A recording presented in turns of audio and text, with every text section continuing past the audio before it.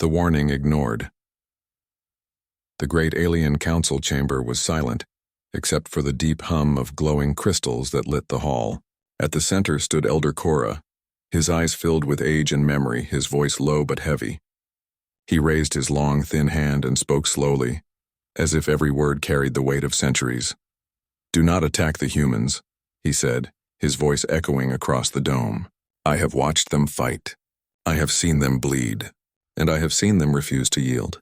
You may crush their bodies, you may shatter their cities, but they will rise again and again. They are not like us."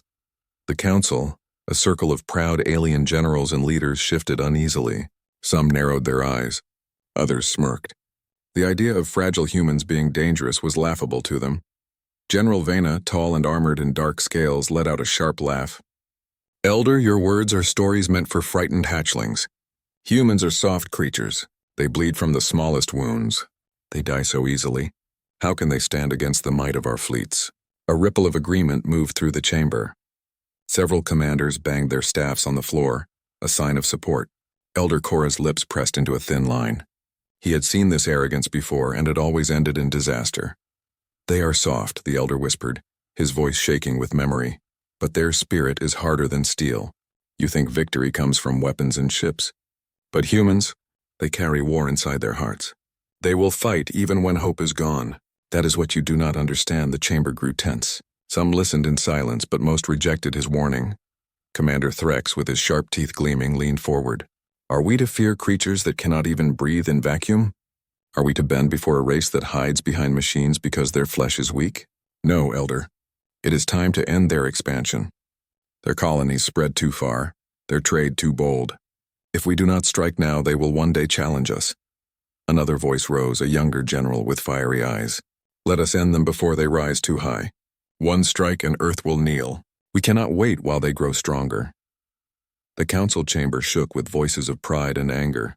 The elder's warning was being buried under the weight of arrogance. He could see it in their faces. None of them wanted to listen. Elder Korra slammed his staff on the ground, the sound cutting through the noise.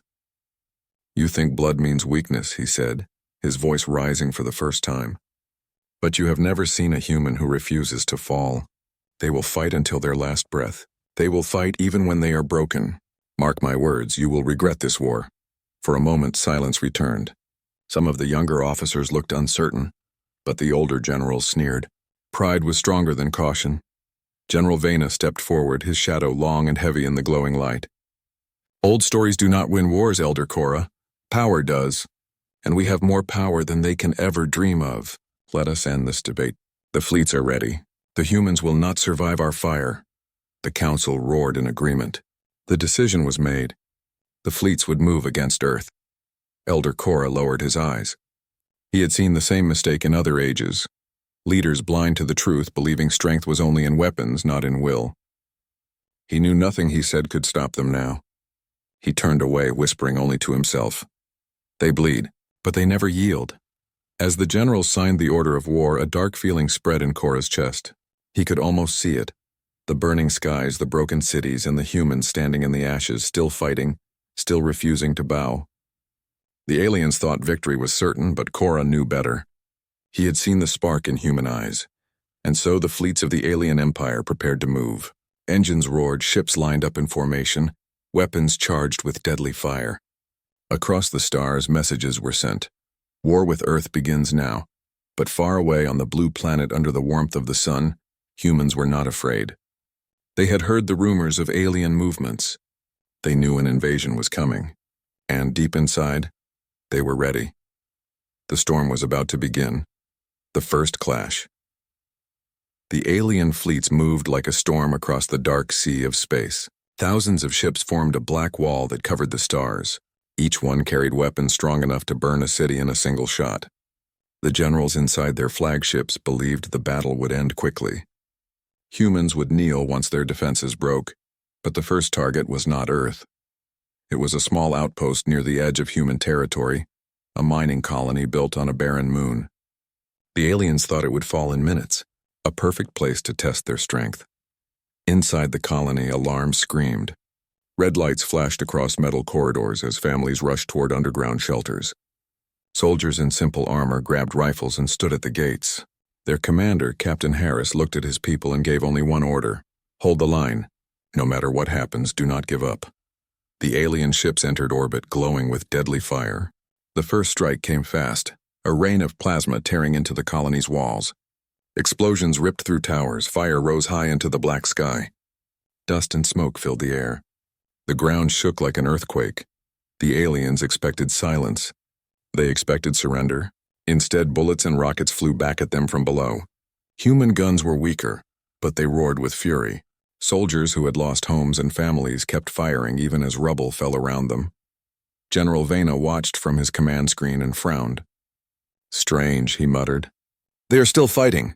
The alien troops landed on the surface, armored and strong. Their claws dug into the dirt as they charged the human line. But the humans did not run. They crouched behind broken walls, firing again and again. Some fell. More rose to take their place. One alien officer shouted in anger, "Why do they not break? Their walls are gone, their weapons are weak." Captain Harris wiped blood from his face, one leg wounded, but his eyes burned with fire. He raised his rifle and shouted to his men, "They think we'll run. Show them what humans do." The soldiers roared back and fought harder. Even miners, untrained but desperate, grabbed old tools and stood beside the soldiers. A boy barely old enough to fight picked up a fallen rifle. His hand shook, but he pulled the trigger. The aliens pushed forward, expecting the humans to collapse. But with every step they took, humans answered with fire. Smoke, screams, and the smell of burning metal filled the air. Hours passed. The outpost should have fallen long ago, but still the humans stood. Bodies lay on the ground, both alien and human. Yet the line refused to break. General Vena grew angry. He ordered more troops, more fire, more destruction. The aliens burned half the colony to ash. Still, the humans fired back. One alien commander whispered to another, his voice uneasy, "They bleed, but they do not stop." The words echoed in Vena's ears. He remembered the elder's warning. His pride burned hotter than any weapon. "Do not speak of fear," Vena shouted. "Finish them now." But even as alien warriors tore through the outer gates, the humans refused to yield. Captain Harris, bleeding from 2 wounds, dragged himself onto a pile of rubble and raised the human flag, planting it high where all could see. His voice carried through the smoke. "You can kill us, but you will never take this ground." Every soldier, every miner, every child hiding in the shelters heard his words. The colony became a fortress of will. Guns kept firing, fists kept swinging, and no one ran. The aliens finally crushed the outpost by sheer numbers, burying the last defenders under fire. But when silence fell at last, the field was not filled with victory. It was filled with fear, because the aliens had seen something they did not understand. Humans who bled, who broke, who should have fallen hours ago, yet they kept fighting. Even as the last flames died, the memory of human defiance remained. On the flagship, General Vena clenched his fists. "So what?" he growled. "They fought hard, but they are gone now. This is proof of our power." But deep in the hearts of many alien soldiers, a shadow had been planted. They whispered among themselves as they returned to their ships. If one colony fought like this, what will Earth be like? And far away on Earth, the news of the outpost's fall spread quickly. Families wept, but no one lowered their heads. Instead, across every city, humans prepared. Factories built more weapons, soldiers trained harder, and even ordinary people swore to fight if the aliens came. The first clash had ended, but the war was only beginning. And the aliens had learned their first bitter truth. Humans might bleed, but they never yield. The endless resistance. The alien empire thought the fall of the mining outpost was the first step to victory. General Vena stood before his council with pride in his voice. The humans fought hard, but they died. Soon, their colonies will collapse one by one. They are only flesh and blood, nothing more. But outside his proud words, a different story spread across the stars. Alien soldiers who returned from the battle whispered of something strange. They spoke of humans who fought even when wounded, humans who picked up weapons with broken arms, humans who screamed in pain but still pushed forward. These whispers traveled faster than ships, crawling through every barracks and war camp. When the alien fleets moved to the next colony, they came with confidence. The world was small, a farming planet with wide fields and only a few cities. The aliens expected an easy conquest. The invasion began with fire from the skies. Plasma rained down on fields, burning crops to ash. Alien walkers marched through the cities, towering over houses, their cannons blasting holes in the streets. But when they reached the heart of the town, something unexpected happened. Farmers with old hunting rifles stood side by side with soldiers. Children threw stones from rooftops. Women carried supplies to fighters in the alleys. No one ran. No one begged. One alien captain growled, "Why do they not surrender? Their world is broken already." But the humans only fought harder.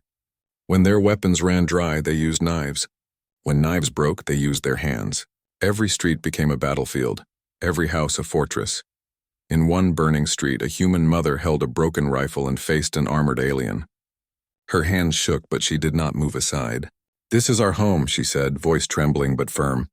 "You will not take it." The alien paused for the first time in battle. He could see the fear in her eyes, but also the fire, and that fire unsettled him.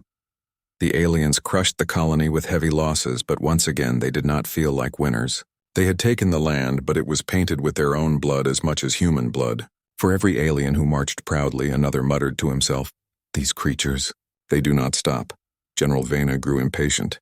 "They are only delaying the inevitable," he roared to his officers. "We are the Empire. We cannot be slowed by insects." But reports kept arriving. On another world, human miners collapsed tunnels to bury alien machines. On another, soldiers fought inside burning ships, blasting corridors until the very metal melted. Even when defeat came, humans made it costly. One alien admiral, older and wiser, stood before Vena. "General, we are making a mistake. Every time we strike, they rise again. They should be weak, yet they fight like creatures born for war." Vena bared his teeth. "Are you suggesting we fear them?" "I suggest," the admiral said carefully, "that we do not understand them." But pride was louder than caution. Orders for the next invasion were given. Back on Earth, news of the colonies spread. Pictures of soldiers standing in rubble, flags waving above ruins, reached every home. Families cried, but then clenched their fists. Factories ran day and night, building weapons.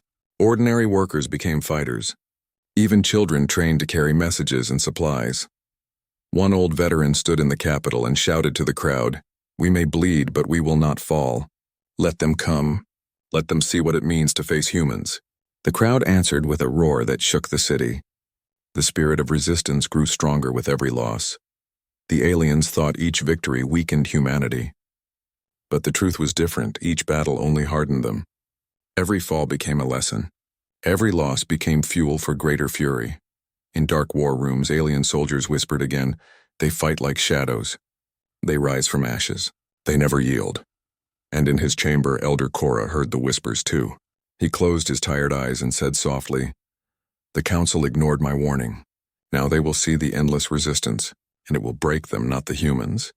The galaxy had only seen the beginning. The war was far from over, and the humans were just getting started. The human counterattack. The alien empire believed they controlled the war. Colony after colony had been burned, cities turned to ash, and still humans refused to kneel. The generals thought resistance was only a delay, but they did not see what was happening in the shadows. On hidden stations and secret bases, humans were preparing. Every defeat had taught them something new. Every fallen city gave them lessons in how to fight smarter. Their fleets were small, their weapons fewer, but their spirit was unbroken. Captain Harris's last stand on the mining colony became a story whispered across Earth. Farmers spoke of him, children repeated his words, and soldiers swore to honor his courage. Out of loss, unity was born. One night, deep in a starless sector, a small human squadron gathered. Their ships were patched with scars, some held together with scrap metal, but their eyes burned with fire. The commander, a young woman named Colonel Vega, stood at the center of the briefing room. "We have blood enough," she said, her voice hard as stone. "They think we will only defend. Tonight we show them humans do not wait for death. Tonight we strike first." The plan was simple but dangerous. They would attack a supply convoy, alien ships carrying food, weapons, and fuel to the front lines. Without supplies, the enemy fleets would weaken. As the convoy drifted across the dark, the humans lay in wait. Engines silent, lights dimmed, they looked like nothing more than broken rocks in space. The aliens scanned but found nothing. They believed the humans had no strength left to strike. Then at Vega's signal, the humans moved. Engines roared to life. Weapons flashed like lightning and the first alien freighter exploded in fire. Panic spread among the convoy as human ships darted between them, striking fast and disappearing into the shadows. The aliens were shocked. "Impossible!" cried one commander as his screens lit up with alarms. "They should be hiding, not attacking." But the humans had learned. They did not fight in open lines. They fought like hunters, vanishing into asteroid fields, striking from blind angles, cutting supply lines before the aliens could even respond. One alien captain shouted, "They are like ghosts. They bleed, but they return again and again." Within minutes, the convoy was in ruins. Half the supplies were destroyed, the rest stolen. The humans retreated, vanishing into the dark before reinforcements could arrive. News spread quickly. Across alien fleets, whispers grew louder. The humans fight back. They do not wait to be slaughtered. They come for us now. General Vena slammed his fist on the table when he heard. "A single raid means nothing," he roared. "We will crush them still." But deep down, cracks were forming. The soldiers who once laughed at human weakness now feared their unpredictability. The raids continued. Small squads of humans struck fuel depots, communication towers, even prisons holding captured soldiers. Each time they bled. Each time they lost ships. But each time they won something greater, the belief that they could hurt the Empire. Colonel Vega herself led one daring raid inside alien territory. Her ship took heavy fire, engines failing, but she refused to retreat. With smoke filling the cockpit, she sent one last message. "Tell them humans never bow." Her ship rammed into an alien carrier, exploding in blinding light. The carrier burned, thousands of alien soldiers lost, and Vega's name became legend. Back on Earth, her story reached every home. Children drew her ship on walls. Soldiers shouted her name before battle, and people whispered that humanity had found its fire. The aliens grew restless. Convoys now traveled with double guards, fleets moved slower, and commanders argued over how to stop the endless raids.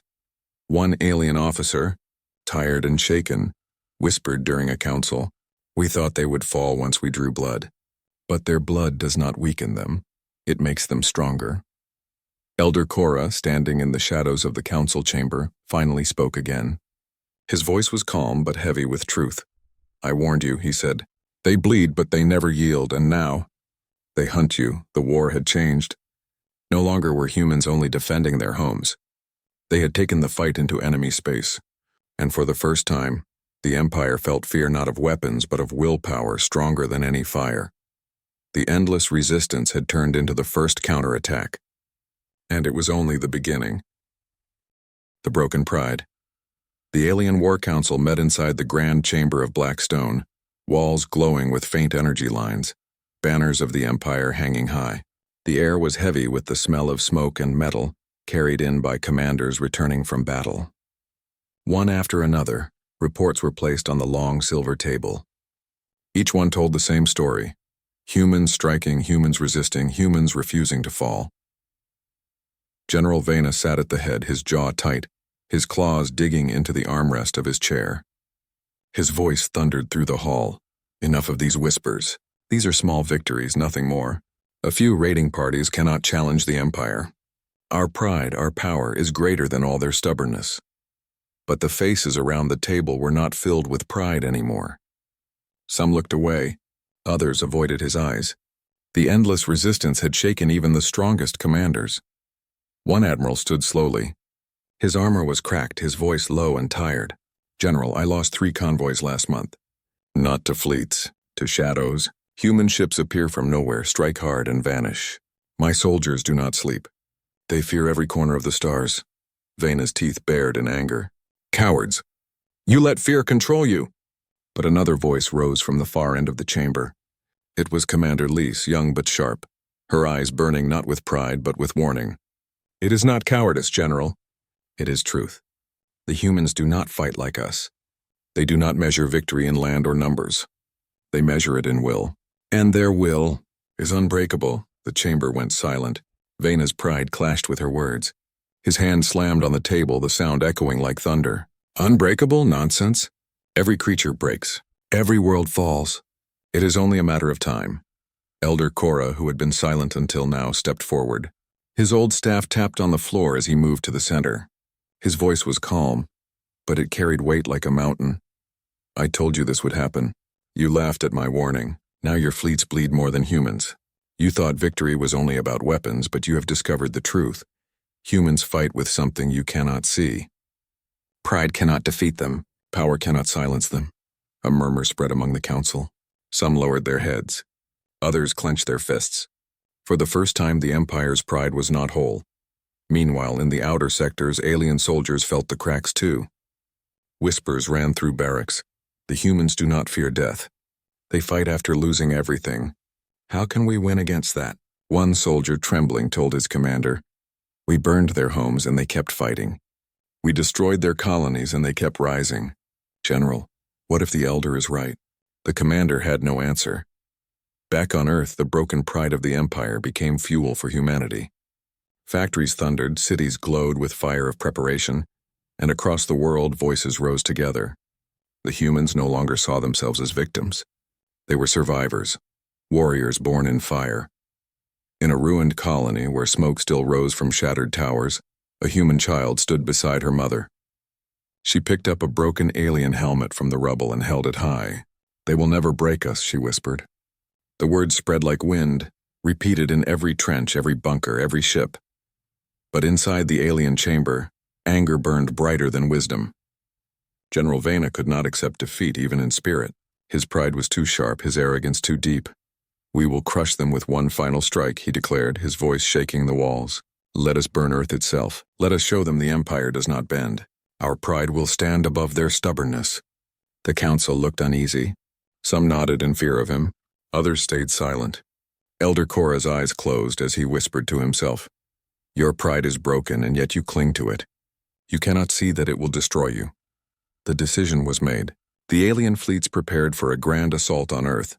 But what they did not know was that every step closer only made humans stronger. Pride would not save them now. The humans had bled. The humans had suffered. Yet still they had not yielded.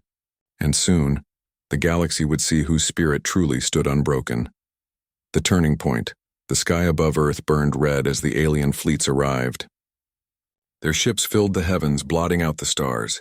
From orbit, their weapons glowed like suns, ready to fall upon cities and oceans alike. To the alien generals, this was the moment of final victory. One strike, one grand assault, and humanity would be erased. But Earth was not trembling. Across the planet, sirens wailed and defenses came alive. Anti-orbital cannons hidden in mountains turned upward. Fleets of human ships, patched and scarred from endless battles, rose from oceans and deserts. Civilians dug trenches, carried supplies, and whispered to one another, "We will not yield." In a command bunker beneath the capital, leaders gathered around glowing screens. General Rowan, his uniform torn from old battles, leaned on the table. His voice was steady, but his eyes carried fire. "They think this is the end," he said, pointing at the swarms of alien ships above. "But this will be our beginning. They came to break us. Instead, we will break them." The plan was dangerous, mad even. Instead of waiting for the Empire's fire to fall, humanity would strike upward. Their fleets would pierce the enemy's formation, not to destroy all of it, but to cut out the heart, the command ship of General Vena. As the first alien blasts rained down, cities shook, towers crumbled, and the oceans boiled. But humans did not run. Firefighters pulled people from rubble. Soldiers climbed from collapsed bunkers and kept firing. Even as the ground bled fire, the human spirit did not break. Above, the counterattack began. Human ships roared upward, engines burning bright. They weaved between alien fire, some exploding in flashes of light, others piercing deep into the fleet. For every ship lost, 2 more pressed forward. Alien captains shouted in panic. "They charge us? In their weakness, they attack us?" General Vena sat inside his flagship, rage twisting his face. "Crush them. Show them the power of the Empire." But something unexpected happened. Human ships didn't scatter like prey. They moved in unity, as if every pilot shared one heartbeat. Squadrons shielded each other, trading their own lives to keep another alive. It was not power. It was sacrifice that drove them forward. One small human frigate, its hull already burning, broke through the alien lines. Inside, Commander Reyes coughed blood as alarms screamed. His crew begged him to retreat. Instead, he smiled weakly and said, "Not today. Today they learn what it means to face humans." With engines at full burn, His ship rammed into a massive alien cruiser. The explosion lit the skies, tearing the cruiser apart and opening a hole in the fleet. Through that hole, human squadrons poured. Alien soldiers watching from orbit froze in disbelief. The humans were not retreating. They were advancing. Across the battlefield, the tide shifted. Alien formations broke as human ships pressed into their core. Convoys burned. Weapon platforms fell silent. In the command chamber, Vena slammed his claws against the screen. "No, hold the line. They are nothing but flesh." But fear had already spread among his captains. One by one, alien voices filled the comms with panic. "They do not stop. Even in fire, they keep coming. General, we cannot hold them." On the ground, civilians looked up as pieces of alien wreckage rained from the sky. They cheered through the dust and smoke, tears streaming down their faces. For the first time in the war, hope was louder than fear. In the council chambers far from the front, Elder Cora felt the shift as reports arrived. His old voice trembled as he whispered, "The turning point has come. They bleed, but they do not yield. Now the Empire will learn the price of its pride." As night fell, Earth still burned, but its people stood unbroken. Alien fleets retreated in chaos, leaving behind wreckage that glowed in the dark skies. Humanity had not won the war yet, but they had won something greater: belief, and belief was a weapon no empire could destroy. The truth of humanity. Galaxy had gone silent after the battle for Earth. Alien fleets limped back to their strongholds, broken ships trailing smoke and fire across the stars. For the first time in centuries, the Empire had not claimed victory. Instead, they carried the weight of shame and fear. Inside the Alien War Council, the chamber no longer echoed with prideful roars. Instead, it was heavy with whispers, uneasy glances, and silence too thick to ignore. Generals who once laughed at Elder Cora's warning now sat with lowered heads. Their banners still hung, but they no longer felt like symbols of power. General Vena stood at the center, his armor scarred, his pride torn. His voice was not thunder anymore. It was a growl of desperation. "This is not the end. We will rebuild. We will strike again. We are the Empire. Humans cannot stand against us forever." But his words carried no fire. Even his own captains did not look convinced. Some avoided his eyes. Others clenched their jaws in quiet shame. Commander Lise rose slowly. Her voice was calm but sharp enough to cut through the chamber. "General, we sent fleets that darkened the stars, and yet humans fought back. We bled them, yes, but they bled us more. They did not surrender when their colonies burned. They did not fall when Earth itself shook. Tell me, General, what weapon do we have against a people who fight even when hope is gone?" The chamber grew tense. None answered. Elder Cora stepped forward, leaning on his staff. His old eyes glowed in the dim light, heavy with truth. "I told you once. They bleed, but they never yield. Now you have seen it with your own eyes, and you will see it again if you continue this war. Every battle will cost you more than it gives. Every victory will leave you weaker. And one day they will not only defend, they will come for you." A silence followed his words, deeper than any before. For the first time, even Vena's arrogance faltered. He clenched his fists, but no answer came. Far away on Earth, the aftermath of battle painted the planet in scars. Cities still smoked, oceans still boiled in places, but the people stood tall. Flags waved from broken towers. Children played among the ruins, pretending to be soldiers, shouting, "We never yield." In one ruined street, survivors gathered around a fire. A soldier, his arm in a sling, told a boy who had lost his father, "Your people did not bow. Remember that. One day you will tell this story and no one will doubt what humans are." Hope spread faster than fire. Across colonies, across outposts, across every corner of humanity. The truth became clear: they were not invincible, but they were unbreakable. Alien scouts watching from afar saw something they could not understand. A people wounded, burned, and scarred, yet stronger than before. One alien soldier, once proud of the Empire, whispered to his comrade, "We thought they were prey, but they are the storm. We cannot break them. We can only fear them." Back in the council, the younger officers began to murmur among themselves, fear mixed with respect. Pride had been replaced by doubt, and that doubt was the beginning of the Empire's end. Elder Cora raised his staff high and spoke one final time. His voice was not loud, but it carried like thunder through every heart. "Remember this truth. You did not lose to their weapons. You lost to their will. You lost to the thing inside them that refuses to bow. If you fight again, you will bleed. And they will bleed, but only one side will stand when the fire dies, and it will not be you. The generals had no answer. For the first time they saw the truth. Their pride was broken, and their enemy was stronger than they had ever imagined. The war was not over, but the Empire had already lost something far greater than ships or soldiers. They had lost the belief that humans could be defeated, and far across the stars, as humans rebuilt their cities and raised their flags higher than before, a single phrase echoed in every heart: we bleed. But we never yield. It was not just a warning anymore. It was the truth of humanity, a truth the galaxy would never forget.